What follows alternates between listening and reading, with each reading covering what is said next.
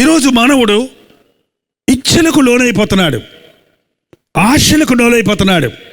ఈ అధునాతిక ప్రపంచంలో super markets వచ్చాయి కదండి, ప్లాజాలు వచ్చాయి కదా.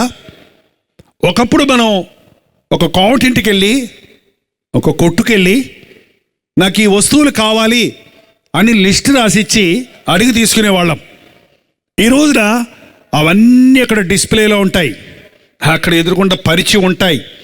అవసరమైన అవసరం లేని చూసేయన్నీ, ఇది తాగితే ఇంత లావు అవుతావు, ఇది రాసుకుంటే నున్నగా అయిపోద్ది, తెల్లగా అయిపోతావు పాలిపోయి, ఈ సబ్బు రాసుకుంటే ఇట్టు అయిపోతావు అని అడ్వర్టైజ్మెంట్లతోటి అక్కడ ఉన్నాయి చూసి మొత్తం సంచులో వేసుకుంటారు.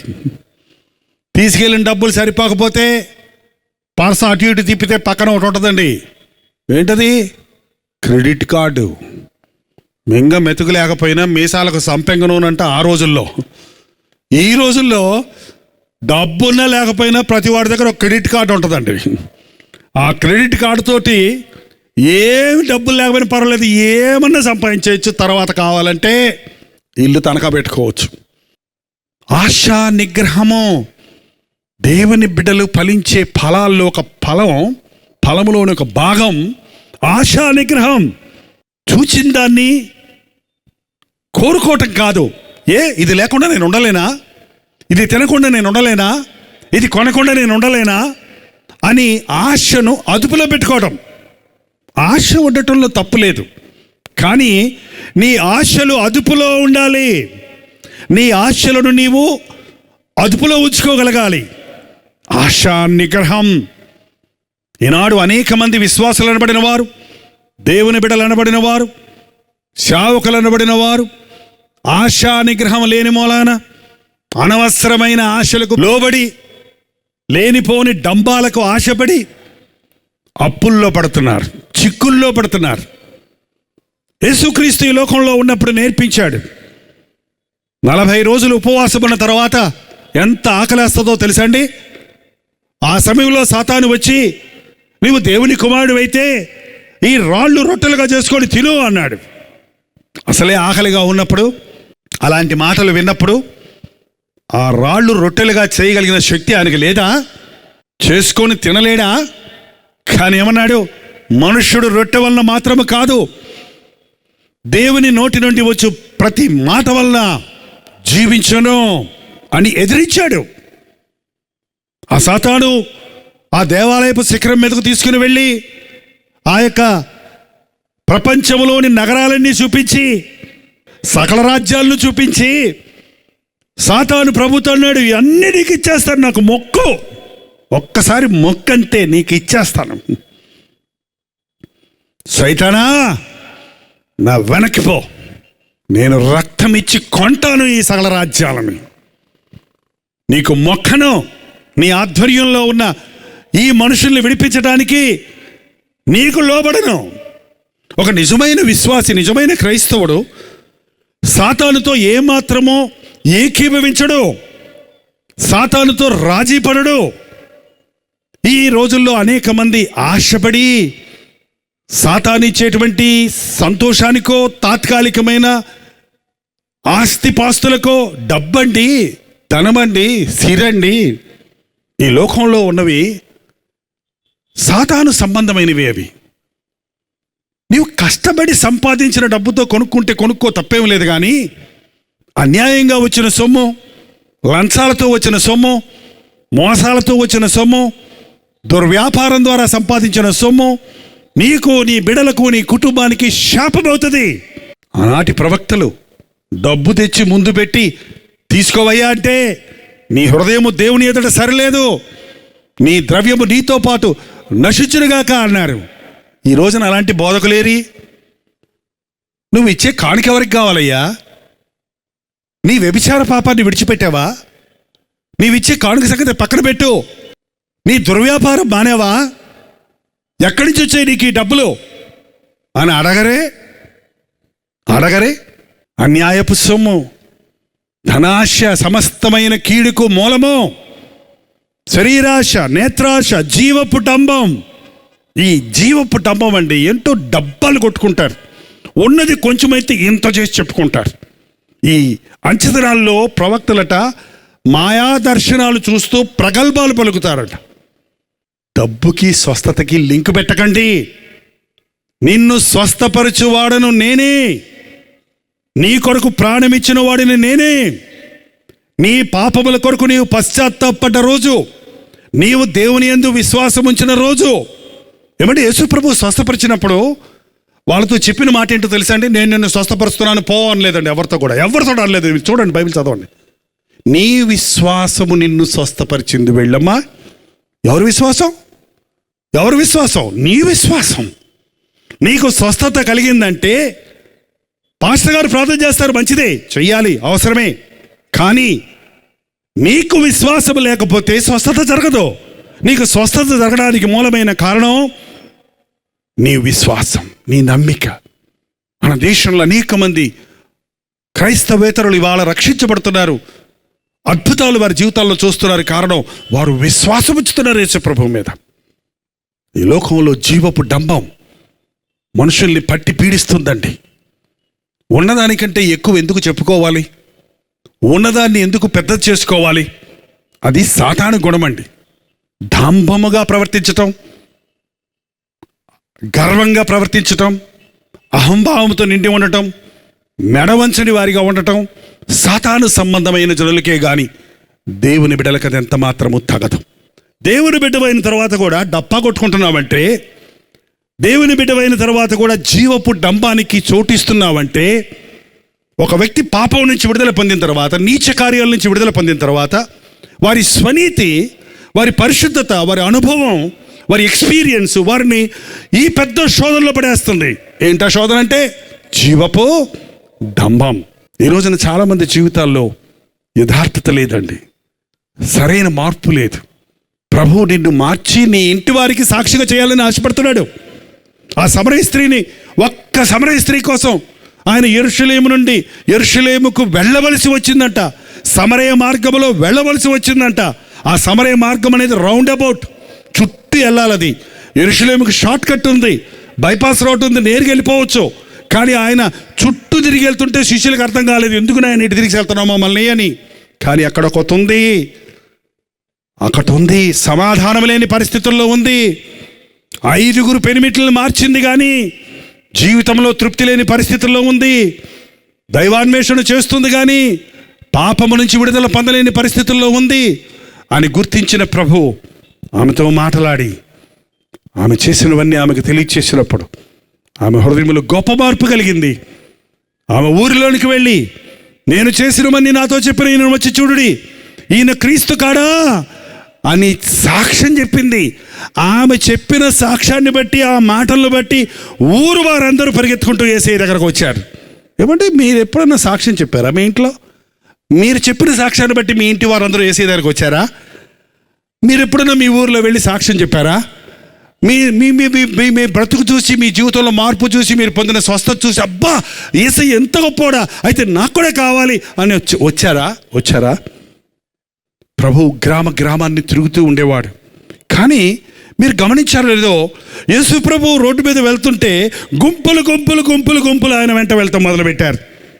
ఎందుకు ఆయన వెంట గుంపులు వెళ్ళేవాళ్ళు? కొందరు ఆయన మాటలు వినాలని, కొందరు ఆయన చేసే స్వస్థతలు, అద్భుతాలు చూడాలని, కొందరు ఆయన దగ్గరికి వెళ్తే రొట్టెలు పెడతాడు కడుపు నిండా అని. ఏంటంటే, కాబట్టి గుంపులు వెళ్తూ ఉండేవారు. వెరీ పాపులర్ అయిపోయాడు ఆయన గలిలే ప్రాంతంలో. ఆ గలిలయుడు అనే పేరు వచ్చింది కానీ అదిగో లోకం ఆయన వెంట వెళ్ళిపోతుంది అనే పేరు వచ్చేసింది. అబ్బో ఏంటి ఆయనలో ఉన్న గొప్పతనం అని 3 యవనస్తులు యేసుప్రభు వెంటబడ్డారంట. 57వ వచనంలో, వారు మార్గమున వెళ్ళుచుండగా ఒకడు, నీవెక్కడికి వెళ్ళినను నీ వెంట నేను, అది యేసయ్యా నీతో వచ్చేస్తానయ్యా. అబ్బా ఎందుకు నాన్న వచ్చేది? ఎందుకు? నీతో ఉంటే అబ్బా ఎన్ని సలాములు, ఎన్ని నమస్కారాలు, బా ఎన్ని రొట్టెలు, ఎంత అధికారం, ఎంత పెత్తనం, ఎంత గొప్ప. నీతో వస్తా నువ్వు ఎక్కడికి వెళ్తే అక్కడికి నీతోనే వస్తా. ఇలాంటి మీటింగ్ల కంటే కొంతమంది యవనస్తులు నా దగ్గరకు వచ్చి, అన్నయ్య నీతో వచ్చేస్తానన్నా, నీ దగ్గరకు వచ్చేస్తాను, నీ దగ్గరకు వచ్చేయమని నా దేవుడు చెప్పేశాడు అంటాడు. సరే వచ్చే తమ్ముడా అంటాను. వచ్చేయమని మాతో పాటు తీసుకెళ్ళిపోతాం. 1 రోజు 2 రోజులు చూస్తాడండి. ఆ చర్చిలో చూసి, ఎక్కడ పడుకోవాలి? చర్చిలో. మా రూమ్స్ అయ్యి ఇదే రూమ్ అయ్యా. భోజనం అదిగో వండుకొని తిను. ఇదేంటి జైపాల్ ఫౌండేషన్స్ అంటే పెద్ద పెద్ద ఆఫీసులు, బైబిల్ స్కూలు, పెద్ద పెద్ద బిల్డింగ్లు, వ్యాన్లు, కార్లు, బస్సులు అయ్యి అన్నీ ఉంటాయి అనుకున్నాం. ఏంటంటే సింగిల్ రూమ్లు, బెడ్రూమ్, డబుల్ రూమ్లు అన్నీ ఇస్తారనుకున్నాం. ఇక్కడ ఏంటిది అట? ఈ మందిరం అంతా తొడవాలా, ఇదంతా చేయాలా? అడ్రస్ చెప్పకుండా వెళ్ళిపోతారు 2వ రోజు 3వ రోజు.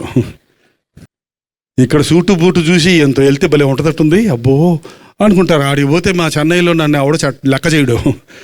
అందుకు నేను ధన్యుణ్ణి. తమిళనాడులో ఉన్నాను కాబట్టి తమిళ వాళ్ళకి నేను అంత బాగా తెలియదు కాబట్టి రోడ్డు మీద నడవగలను. ఇంకా ఆంధ్రాకి వచ్చి రోడ్డు మీద నడిచానంటే నా ప్రాణం తీసేస్తారు. అడ్డం పడిపోతారు జనం వచ్చి, ప్రార్థన చేయండి అయ్యారు, ప్రార్థన చేయండి అయ్యారు ఏమండి. కానీ అక్కడ మెదలకుండా మూల కూర్చొని దేవుడు చెప్పిన పని చేస్తా ఉన్నాను. దాగుండువయ్యా అక్కడ అన్నాడు దేవుడు. అంతే, దాగుండు. కష్టమైన, శ్రమైన, శోధనైన, వేదనైన అదే నేర్చుకున్నాను. నీతో వచ్చేస్తాడు ప్రభా అంటే, ప్రభు అన్నాడు, నక్కలకు బురియలు ఉన్నవి, ఆకాశ పక్షులకు గూళ్ళున్నవి, మనుష్య కుమారుడికి తలవాల్చుకుంటుకైనా స్థలమో. నాకేమన్నా ఆశ్రమం ఉందనుకుంటున్నావేంటయ్యా నువ్వు? నీ ఆశ్రమంలో చేరిపోతానని అంటున్నావు. యేసుప్రభు ఆశ్రమం కట్టుకున్నాడండి. యేసుప్రభు పెద్ద చర్చ్ ఉందా? యేసుప్రభుకు బస్సు ఉందా? యేసుప్రభుకు వ్యాన్ ఉందా? ఏముంది ఆయనకి? ఏమీ లేదు. నక్కలకు బురియలు ఉన్నాయంట, పక్షులకు గూళ్ళు ఉన్నాయంట, మనుష్య కుమారుడికి తలవాల్చుకుంటుకైనాను. ఆయన ఎన్నో రాత్రులు గెస్సెమని తోటలో గడిపేవాడు మోకాళ్ళ మీద. ఎప్పుడన్నా మార్తమ్మ గారు పిలిచి ఏ వంకాయ ఎప్పుడో పెడితే కాస్త తినేవాడు అక్కడ. ఏమండి, ఎప్పుడైనా ఆ పేతురత్త గారు పిలిచి చేపల కూర వండి పెడితే 2 ముక్కలు తినేవాడు అక్కడ ఆయన. ఇంకా అంతకుమించి పేతురత్త గారింటో ఉండేవాడు. అప్పుడప్పుడు ఇటు గలలయ ప్రాంతం వచ్చినప్పుడు మరియ మార్త లాజరు ఇంట్లోకి వెళ్ళి ఉండేవాడు. కాసేపు విశ్రాంతి తీసుకునేవాడు. ఇంకెప్పుడైనా కావాలంటే ఆ మేడగది కొంచెం అడిగి రావయ్యా, 1 గంట సేపు వెళ్ళి ఆ మేడగదిలోకి వెళ్ళేవాడు. ఏమంటే ఒకవేళ ఆయనకి ఏదైనా బండి కావాలంటే ఆ గాడిద పిల్లని అడిగి తీసుకురావయ్యా అని చెప్పేవాడు. అదే మోటార్ బైక్ ఆయనకి. ఏంటంటే ఆయనకి ఎప్పుడన్నా ధోని కావాలంటే, పేతురు నీ ధోనిలో కాసేపు ఎక్కించుకుంటావా అని అడిగి ఎక్కి అందులో కూర్చొని బాధ చేసేవాడు. అంతే, ఆయన సొంతమేమీ పెట్టుకోలేదు అసలే. ఆయన ఎవరండి? ఆకాశము నా సింహాసనము, భూమి నా పాదపీఠం అన్న దేవుడు, మహాగణుడు, మహోన్నతుడు, నిత్య నివాసి అన్న ఆ ప్రభు నీ కొరకు, నా కొరకు సామాన్యుడిగా ఈ లోకంలోనికి వచ్చి నీలాగా నాలాగా రక్తమాంసాల్లో పాలిభాగస్తుడై పనిచేయటానికి, మనల్ని ఆదరించడానికి, మన బాధలు శ్రమలు భరించడానికి వచ్చిన ఆయన సుఖపడటానికి రాలేదండి ఈ లోకంలోనికి. ఆ మాట విన్నట్నే ఆ అబ్బాయి ఏమయ్యాడో తెలియదు కానీ విజిటింగ్ కార్డు కూడా ఇవ్వకుండా వెళ్ళిపోయాడండి. ఫోన్ నెంబర్ కూడా చెప్పకుండా వెళ్ళిపోయాడు. ఇంక మళ్ళీ రాయలేదు అసలు, సంగతి ఎక్కడ లేదు బైబిల్లో. ఎందుకంటే ఊరు నాయను ఇట్టంటే ఆయన దగ్గరికి వెళ్తే మనకేం వస్తుంది, ఆయనకే గూడు లేదు, వాకిల్ లేదంటే ఇంకా మనకేం వస్తుందని వెళ్ళిపోయాడండి. యేసుప్రభు దగ్గరికి వచ్చేవాళ్ళండి ఏదైనా దొరుకుతుంది అనే వస్తున్నారా, లేకపోతే యేసుప్రభుతో ఉండటమే గొప్ప భాగ్యం అని వస్తున్నారా? ఈ అంచె దినాల్లో నిజ విశ్వాసులుగా బ్రతికి ఈ లోకానికి యేసయ్య గొప్పతనాన్ని ఎలా చాటగలమండి? నక్కలకు బొరియలున్నవి, ఆకాశ పక్షులు గూళ్ళున్నవి, కానీ మనుష్య కుమారుడికి తలబాల్చుకుంటూ స్థలం లేదన్నప్పుడు వాడు వెళ్ళిపోయాడు. ఆయన మరొకనితో నా వెంట రమ్మని చెప్పినప్పుడు అతడు, నేను మొదట వెళ్ళి నా తండ్రిని పాతిపెట్టి వచ్చుటకు నాకు సెలవిమ్మని అడిగాడు. నువ్వు రాయా అన్నాడంట ప్రభు. నువ్వు రాయా అంటే అన్నాడు, వస్తాను ప్రభా. మొదట మా నాన్నని పాతిపెట్టి అప్పుడు వస్తాడంట. ఏంటి పాతిపెట్టి రావటం ఏంటి? ఆ రోజుల్లో యూదులు సాంప్రదాయ ప్రకారం తండ్రి చచ్చిపోయే వరకు ఆస్తి కామన్గా ఉంటుంది, అందరు కలిసి ఉంటుంది. తండ్రి చచ్చిన తర్వాతే కుమారులు వాటాలు వేసుకుంటారు. సో ఈయన్ని వచ్చి వెంబడించవయ్యా అంటే, మా నాన్న చచ్చాక నాకు వచ్చే ఆస్తి వచ్చాక నా ఆస్తిని ఫిక్స్డ్ డిపాజిట్లో వేసుకొని అప్పుడు వచ్చి నీ సేవ చేస్తాను నేను. ఏంటండి, ఎప్పుడంటే యేసుప్రభు సేవ చేస్తారు? నా వెంట రావయ్యా ప్రభు, నన్ను నమ్ముకో అంటే. ఎప్పుడు నమ్ముకుంటానంటారు? అమ్మాయికి పెళ్ళి అవ్వలేదండి, అమ్మాయి పెళ్ళి అయిన తర్వాత అమాంతంగా మునిగిపోతానండి. ఎందులో ఏంటండి? అదేంటమ్మా, అమ్మాయి పెళ్ళికి రక్షణకి సంబంధం ఏంటి? తండ్రి చనిపోయిన తర్వాత ఆస్తి పంచుకుంటారు. ఇతని ఉద్దేశం ఏంటంటే, నేను యేసయ్య దగ్గరికి వస్తాను, కానీ ముందు నా ఆశను, నా ఆస్తిని నా సొంతం చేసుకొని, సెక్యూరిటీ చేసుకొని, నేను దాన్ని దాచిపెట్టుకొని అప్పుడు వస్తాను అన్నాడు. ఈరోజు ఎంతమంది యేసయ్యని వెంబడించమంటే అమ్మాయిలు పెళ్ళిళ్ళు అయ్యాక వస్తానంటారు, ఉద్యోగంలో రిటైర్ అయ్యాక వస్తానంటారు, ఇంకా 2-3 అబద్ధాలు ఆడాల్సి ఉందండి, అబద్ధాలు అయిపోయిన తర్వాత అప్పుడు పూర్తిగా మారుమనసు పొందుతానన్నాడు ఒక ఆయన. ఏంటంటే 2-3 సంతకాలు చేయాల్సి ఉండే దొంగ సంతకాలు ఉన్నాయండి. ఆ సంతకాలు అయిన తర్వాత యేసు ప్రభు ఉన్నాము. ఈ లోపల సంతకాలు చేసేటప్పుడు నీ చేతులకు బేడీలు పెడితే ఎక్కడ పోతావు అండి? అయ్యో, మన దేశంలో చూడండి, చీఫ్ మినిస్టర్లు చెరసాల్లోకి వెళ్ళిపోతున్నారు. పెద్ద పెద్ద పరతలు, ఐఏఎస్ ఆఫీసర్లు, పెద్ద పెద్ద పరతలో ఉన్నవాళ్ళు. ఏమీ లేదు అక్కడ. ఎట్టుంటారో అసలు గుండె ఎట్ట తట్టుకుంటుందో అని ఆలోచిస్తుంటాను నేను కొంతసార్లు. ఎందుకంటే దొంగ సంతకాలు ఎందుకు? దుర్వ్యాపారం ఎందుకు? కుంభకోణాలు ఎందుకు? ధనాశ ఎందుకు? దురాశ. దేవుని బిడ్డలైన వారికి సంతుష్టి సహితమైన భక్తి, ఇది నాకు ఇచ్చాడు చాలు, ఇది నాకున్నది చాలు అని తృప్తి మనకు చాలా ప్రాముఖ్యమైనది. ఈ రోజున చాలామంది జీవితాల్లో యేసయ్యను వెంబడించాలనే ఆశ ఉంది, కానీ లోకాన్ని విడిచిపెట్టలేకపోతున్నారు, లోకంలో ఉన్న హోదాలను విడిచిపెట్టలేకపోతున్నారు, లోకంలో ఉన్న లాభాలను విడిచిపెట్టలేకపోతున్నాడు. పౌలు అన్నారు, నాకు ఏవేవి లాభకరముగా ఉన్నవో వాటిని నష్టంగా ఎంచుకొని నేను ప్రభు కొరకు పరిగెడతానంటున్నాడు. అటు క్రైస్తవత్వం ఏది? ఈ లోకంలో ఉన్నదాన్ని నేను పెంటగా ఎంచుకుంటున్నాను, నేను యేసయ్యను వెంబడించడం కోసం ఈ లోకమును పెంటగా ఎంచుకుంటున్నాను అన్నాడు. ఏంటంటే లోకంలో ఉన్నదంటే ఏంటంటే అది చెప్పండి, పర్వాలేదు, పెంట. పౌలు అంటున్నాడు, ఈ లోకంలో ఉన్న లాభాలన్నీ ఆయనకి ఎట్టున్నాయంట? పెంట. ధనాశ అండి, అధికార వాంఛ, మెప్పులు, గొప్పలు, లోకంలో ఉన్న లాభాలు, వీటిని అసహించుకుంటాడు నిజమైన క్రైస్తవుడు. లోకములో ద్వేషించకుండా, లోకములో ఉన్న వాటిని విడిచిపెట్టకుండా యేసయ్యను నీవు వెంబడించలేవు. పాపాన్ని మూటగట్టుకొని ప్రభుతో పరిగెడతానంటే వీలు పడదు. మొదట నా తండ్రిని పాతిపెట్టి వస్తానంటే ప్రభు చెప్పాడు, మృతులను పాతిపెట్టుకొని నీవు వచ్చి దేవుని రాజ్యమును చచ్చినోళ్ళని పాతిపెట్టుకొనివయ్యా, నువ్వు వచ్చి నా రాజ్యాన్ని గురించి ప్రకటించు. ఈ లోకంలో ఉన్న అన్ని ఉద్యోగాల కంటే, అన్ని ప్రొఫెషన్స్ కంటే, అన్ని పనుల కంటే గొప్ప పని ఏంటో తెలుసండి? దేవుని పని, సువార్త ప్రకటన. నీ జీవితం ధన్యం అవ్వాలంటే నీవు దేవుని కొరకు ఏం చేసావో అది మాత్రమే నిలిచి ఉంటుందండి. 3వ వాడితో చెప్పాడు మరొకడు, ప్రభా నీ వెంట వచ్చేదను కానీ నా ఇంటనున్న వారి దగ్గర సెలవు తీసుకొని వస్తానన్నాడు. వస్తాను కానీ, ఈ గాని అండి భలే గానీలు ఉండే ఈ పూర్వకాలం. మీకు తెలుసా గానీలు? ఎక్కడెవరో పెద్దలకైతే తెలిసి ఉంటుంది. గాని అని చిల్లు ఉంటుంది దాంట్లో, అది మొలతాడు కట్టుకునేవాళ్ళు, రాగిది.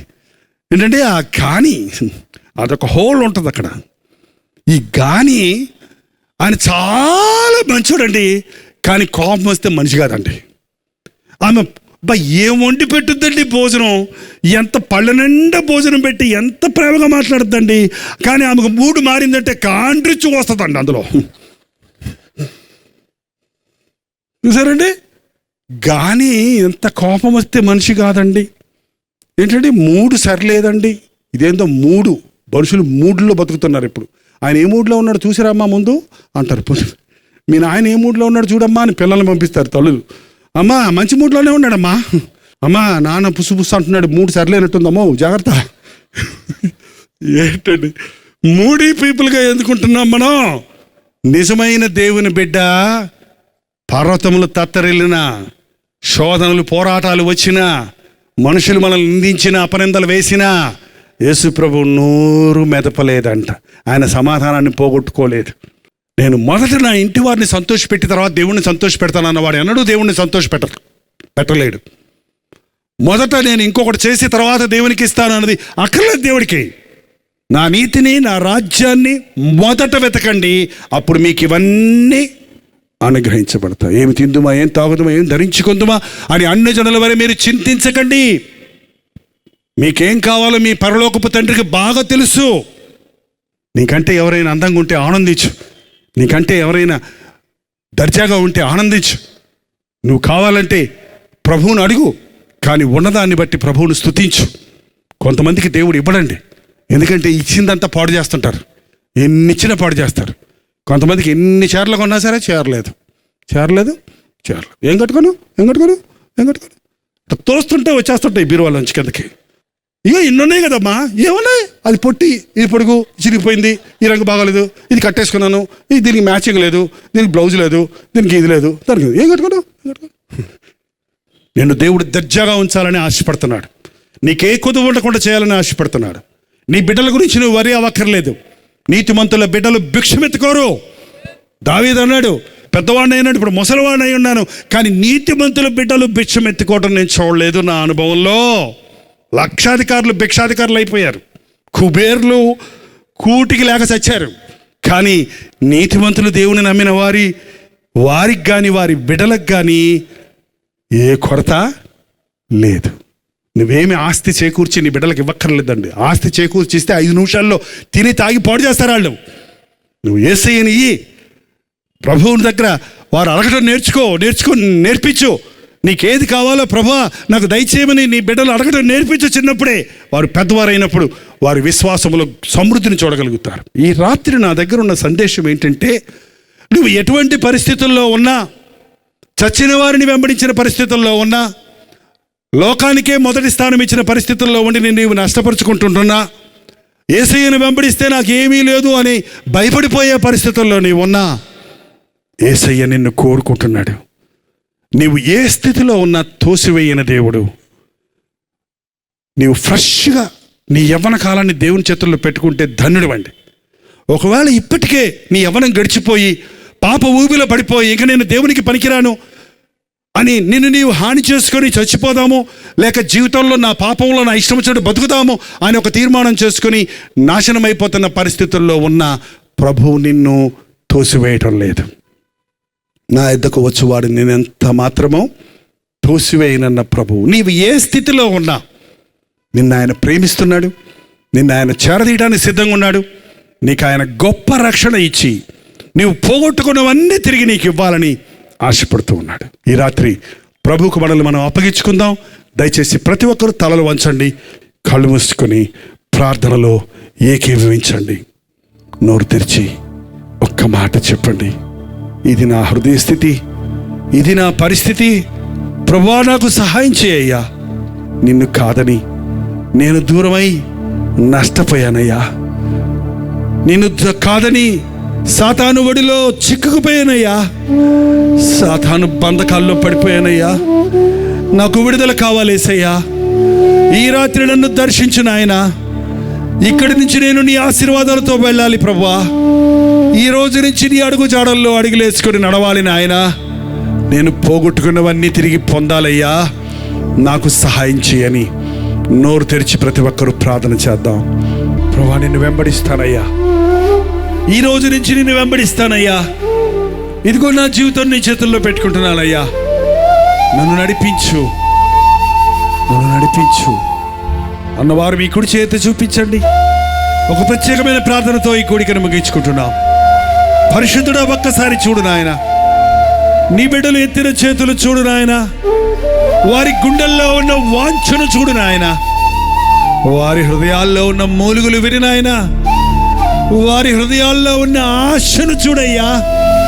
నీ కోసం బ్రతకాలి, నీ సాక్షిగా బ్రతకాలి అని ఆశపడుతున్నామే కానీ మా చేత కావటం లేదే. మరల నేను పడిపోతున్నానే, మరల జారిపోతున్నానే, నా ప్రభువును సంతోష పెట్టలేకపోతున్నానే అని కుమిలిపోతున్న వారిని చూడయ్యా. ఇప్పటికే పాపములో కుమిలిపోయాను, కూరుకుపోయాను, సాతాను చేతుల్లో నలిగిపోతున్నాను. నాకు విడుదలన్నదా, నాకు జయమున్నదా, నేను దేవునికి పనికొస్తానా అని రోధిస్తున్న వారిని చూడు నాయన. వ్యభిచార కార్యాలకు చోటించి ఎయిడ్స్ రోగానికి గురై కుమిలిపోతున్న వారిని చూడు. నిన్ను స్వస్థపరచు యెహోవాను నేనే అన్న ప్రభువా. పాపము కొరకు పశ్చాత్తపడి ప్రభు ఇచ్చే స్వస్థత పొందినట్లు ఇప్పుడే నీ కార్యాన్ని జరిగించిన ఆయన. లోకాశలకు చోటిచ్చి, జీవపు డబ్బానికి చోటిచ్చి, తాహతకు మించిన ఖర్చులు చేసి అప్పుల కూపములో పడిపోయానే, మోసపోయానే, నష్టపోయానే, జీవితంలో సర్వము పోగొట్టుకున్నానే అని కుమిలిపోతున్న వారిని చూడయ్యా. నేనున్నాను, నీవు పోగొట్టుకున్నవన్నీ తిరిగి నేను ఇస్తాను అన్న నీ ఆదరణ మాటలు పశ్చాత్తాపడుతున్న వారికి అనుగ్రహించు తండ్రి. ఈ రాత్రి ఏ యవనస్తుడైతే లోకాన్ని, పాపాన్ని వెంబడిస్తున్నాడో, ప్రేమ అంటూ తప్పైన సంబంధాలు పెట్టుకొని జార కార్యాలకు, వ్యభిచార కార్యాలకు చోటిచ్చి తన్ను తాను నాశనం చేసుకుంటున్నారు, అట్టి యవనస్తులను నజరేయుడైన యేసుక్రీస్తు నామములో ఈ సమయంలో విడుదల చేయించున్నాము తండ్రి. తమ దేహము దేవాలయమని, తమ పాపముల కొరకు పశ్చాత్తాపడి నీ రక్తములో కడగబడి నీ సాక్షులుగా బ్రతుకుటకు అట్టి యవనస్తులకు సహాయం చేయి తండ్రి. ఏ కుటుంబం అయితే సమాధానం లేక భార్యాభర్తల మధ్య జగడాలతో, త్రాగుడుతో, రోదనతో ఉన్నదో, ఏ కుటుంబంలో సాతాను తాండవం చేస్తున్నాడో అట్టి కుటుంబాలను నజరేయుడైన యేసుక్రీస్తు నామములో విడుదల చేయించున్నాము తండ్రి. త్రాగుడుకు భక్తులు బానిసైపోయి విడిచిపెట్టలేక ఇంటిని ఒంటిని గొల్ల చేసుకుంటూ జీవితాన్ని పాడు చేసుకుంటున్న వారిని దర్శించిన ఆయన, మా పాపములను మేము ఒప్పుకొని ఎడలా నీవు నమ్మదగిన వాడివి, నీతిమంతుడు కనుక మా సకల దుర్నీతి నుండి మమ్మల్ని పవిత్రులుగా చేస్తారన్నావు. ఎవరి పాపముల మూట, ఎవరి పాపముల యొక్క పర్యవేక్షణములో ఎవరు నశించిపోతున్నారో అట్టి వారి మీద విశ్వాసముతో అలనాడు నీవు సిలువలో, కలువరి సిలువలో కార్చిన రక్తమును ప్రోక్షించుచున్నావు తండ్రి. పాపితి కట్లను తెంచివేయవు నాయన. మానవ హృదయాన్ని మార్చగలిగిన వాడివి నీవు మాత్రమే. నీచమైన, హీనమైన పాతాదాము స్వభావము నుంచి మమ్మల్ని విడిపించి క్రీస్తు యేసుకు కలిగిన మనస్సును మాకు కలుగజేయగలిగిన వాడివి నీవే గనుక నీ పాదముల దగ్గర మొరపెట్టుకుంటున్నాము తండ్రి. చిన్న బిడ్డలకు వ్యాధులని, బాధలని, కుటుంబాల్లో సమస్యలని, చిక్కులని, ఉద్యోగం లేదని ఎంతోమంది మదనపడుతున్నారయ్యా. చదువుకున్నాను కానీ ఉద్యోగం లేదే, నా తల్లిదండ్రులు నా మీద ఆశలు పెట్టుకున్నారే, నాకు పని దొరకలేదని ఎంతోమంది యవనస్తులు ఈ దినాన్ని అల్లాడుతున్నారే. అటు వారిని కనికరించు. నీవు ఆశీర్వదిస్తే అది ఎన్నటనడికి ఆశీర్వాదము గనుక అట్టి వారికి రక్షణ దయచేయి, అట్టి వారికి దీవెన దయచేయి, అట్టి వారికి అవసరమైన జీవనోపాధి దయచేయము నాయన. ఉద్యోగములు దయచేయము తండ్రి. ఆకాశ పక్షులను పోషించే దేవుడు, కాకుల కంటే మీరు శ్రేష్ఠులు కాదా? ఆకాశ పక్షుల కంటే మీరు శ్రేష్ఠులు కాదా? నీ సారూప్యంలో, నీ ఆకారంలో చేయబడిన మేము పస్తులు ఉండడం నీకు ఇష్టం కాదు కదా? బాధలు పడటం నీకు ఇష్టం కాదు కదా?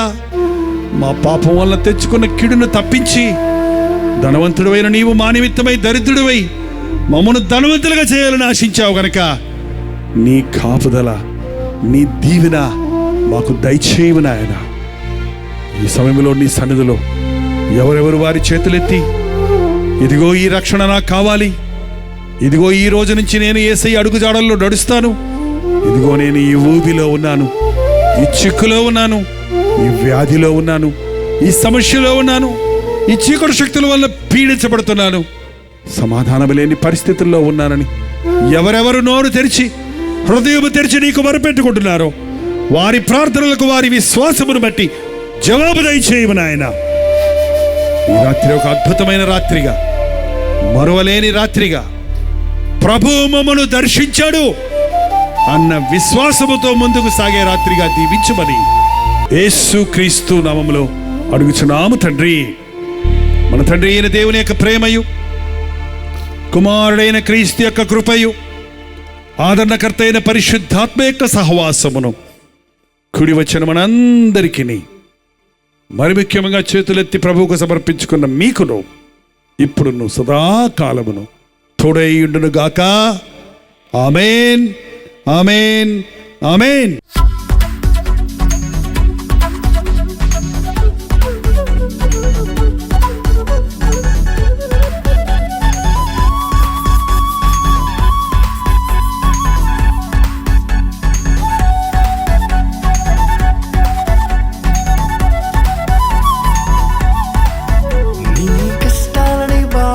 శ్రమలన్నీ తీర్చే అనాథుడు యేసే.